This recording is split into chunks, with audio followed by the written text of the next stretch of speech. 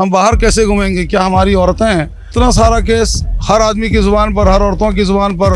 हम कहते हैं उड़ीसा को बदनाम होने न दिया जाए। देखिए, अभी बालेसर में जो FM कॉलेज में हुआ था सोम्या का केस, उसके लिए पूरा उड़ीसा बंद किया था, दोनों पार्टियों ने मिलकर किया था और बहुत जगह पर हंगामा भी हुआ। लोगों ने ये डिमांड किया, सारे लोगों ने समर्थन भी किया, मर्द औरतें सब मिलकर के पूरे उड़ीसा को बंद की। इसलिए औरतों को महफूज किया जाए, औरतों की इज़्ज़त आबरू उनका ख्याल किया जाए।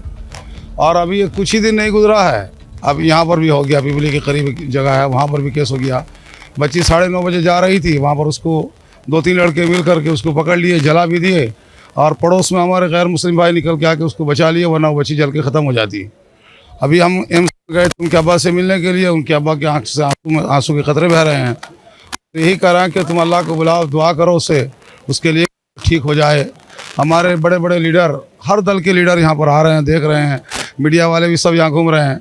हमारा ये कहना है कि उड़ीसा में सरकार को आए हुए कुल 21 साल हुआ है और इतना सारा केस हर आदमी की ज़ुबान पर, हर औरतों की ज़ुबान पर, हर बच्चे की ज़ुबान पर है कि हम स्कूल कैसे जाएंगे, कॉलेज कैसे जाएंगे, हम बाहर कैसे घूमेंगे, क्या हमारी औरतें दूसरे स्टेट के मुकाबले में बेकार हो गई हैं?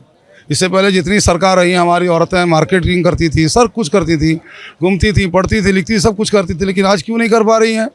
तो इस सरकार को थोड़ा सा जो नींद की हालत है उससे अपने आप को बेदार होना पड़ेगा और उड़ीसा में औरतों को और महिलाओं को सबको महफूज जगह देनी पड़ेगी।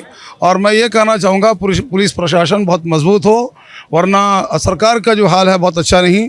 इसलिए पुलिस प्रशासन को बहुत हार्ड होना चाहिए, उसको अपनी नीति नियम से चलना चाहिए, औरतों की इज़्ज़त और उनकी आबरू की हिफाजत के लिए कदम बढ़ाना चाहिए। और मैं ये उम्मीद करता हूँ कि आइंदा ये सरकार बड़ी होशियारी के साथ काम लेगी और किसी किस्म की कोई इस तरह की गफलत नहीं करेगी। हमें उम्मीद है कि उड़ीसा की औरतें हमेशा महफूज रहेंगी और हम ये उम्मीद भी करते हैं कि इस तरह का मामला ठीक रहेगा। नहीं, देखिए, मामला वो नहीं है कि 5:30 बजे के बाद औरतें बाहर नहीं निकलेंगी। हमारा कहना है कानून ऐसा बनाओ कि रात के 2 बजे भी घूम लें, 12 बजे भी घूम लें। एक मेडिकल केस होगा, रात के 5:30 बजे नहीं निकलेंगी तो कहाँ जाएंगी? कोई किसी का मामला है, कोई प्रॉब्लम आया है, वो औरत नहीं निकलेगी तो कहाँ क्या करेगी वो? तो बहुत सारा मामला, स्टेशन है, कहीं जाना है, एयरपोर्ट जाना है, फलां करना है, बहुत सारा केस रहता है, तो औरतें निकलती हैं मजबूरन। अगर कोई नहीं मिलेगा तो उनको जाना ही पड़ेगा। तो ये कानून सरकार ने इसीलिए बनाया कि मान के चलिएगा कि दिन का मसला है, रात में अगर इस तरह से निकलेंगी तो कोई प्रॉब्लम हो जाएगा।